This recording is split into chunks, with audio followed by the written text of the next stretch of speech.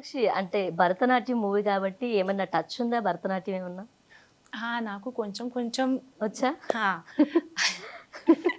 తెలుగు మాట్లాడుతుంటే చాలా క్యూట్‌గా ఉంది పాపం.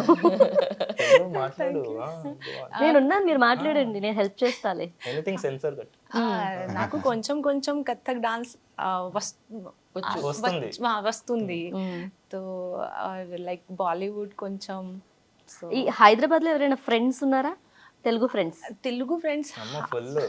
no, not full. Yeah, I have few friends like Okay. my gym buddies I have. Okay. And అంటే కొత్త హీరోయిన్ కదా మీరు. సో న్యూ ఎంట్రీ కాబట్టి ఎక్కువగా వినిపించే పేరు ఈ కాస్టింగ్ కౌచ్ అని ఎక్కువగా వింటుంటాం కదా. Touch మీరు wood. ఎప్పుడైనా ఫేస్ చేస్తారా? No, touch wood. I'm so lucky, seriously. Okay. This team is really nice. They treat me like a kid. Ma'am to always call me like, हाँ बेटा, बोलो बेटा, हाँ. और sir, seriously, चाला like बोलते ना nice person. He taught me everything. Meenakshi ऐसे डायलॉग बोलना है, ऐसे करना है, ऐसे. तो touch wood. I am so lucky, seriously. Okay. Mahendra garu మీరు ఏం అనుకోకండి మేము ముందే అడిగేసాను నేను. వేరే మన ప్రాబ్లమ్స్ ఉంటే Yeah. అనుకోవడానికి ఉంటున్నాను. All right. సూర్య గారు మీకు ఈ కథ రాసుకున్నప్పుడు డైరెక్టర్ గారిని మీరే సెలెక్ట్ చేసుకున్నారా లేకపోతే సెలెక్ట్ చేసుకున్నారా? అంటే ఇట్స్ మ్యూచువల్ అండి. ఐ థాట్ అంటే ఈ ఫిలింకి మహేంద్ర గారే కరెక్ట్ అని అనుకున్నాను. లైక్ ఈజ్ అంటే ఆల్రెడీ ప్రూవ్డ్ ఆ, ఉన్నారు. ఆయన సెన్సిబిలిటీస్లో ఈ ఫిలిం ఉంటుంది, ఆయనకు నచ్చొచ్చు అనే ఆశతోనే I went narrated. Luckily he like the film and it happened. Okay. And దొరసానికి ఇప్పుడు భరతనాట్యంకి చాలా గ్యాప్ వచ్చేసింది కదా. సో ఎందుకు అంత గ్యాప్ తీసుకున్నారు అని? దొరసాని తర్వాత కరోనా వచ్చింది. యా.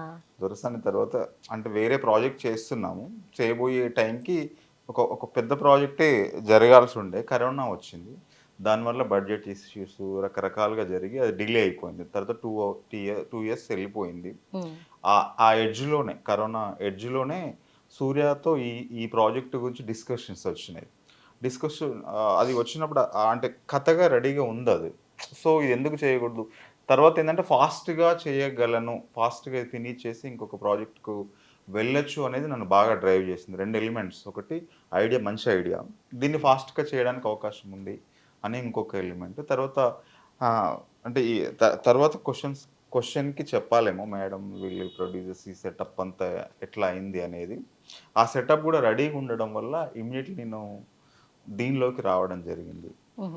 బట్ ఏంటంటే ఇది కూడా అరౌండ్ 20 months ఇప్పుడు ఈ ప్రాజెక్ట్ స్టార్ట్ అయ్యి కూడా 20 months అంటే మనకు చూడండి ఎంత టైం ఇట్లా తీసేసుకుంటుంది. బట్ నాకు గ్యాప్గానే ఉంది. బట్ ఇక్కడ నుంచి అట్లా ఉండదు. ఇమ్మీడియట్లీ ఒక 2-3 ప్రాజెక్ట్స్ 1 by 1 ఉంటాయి ఇది అయిపోగానే.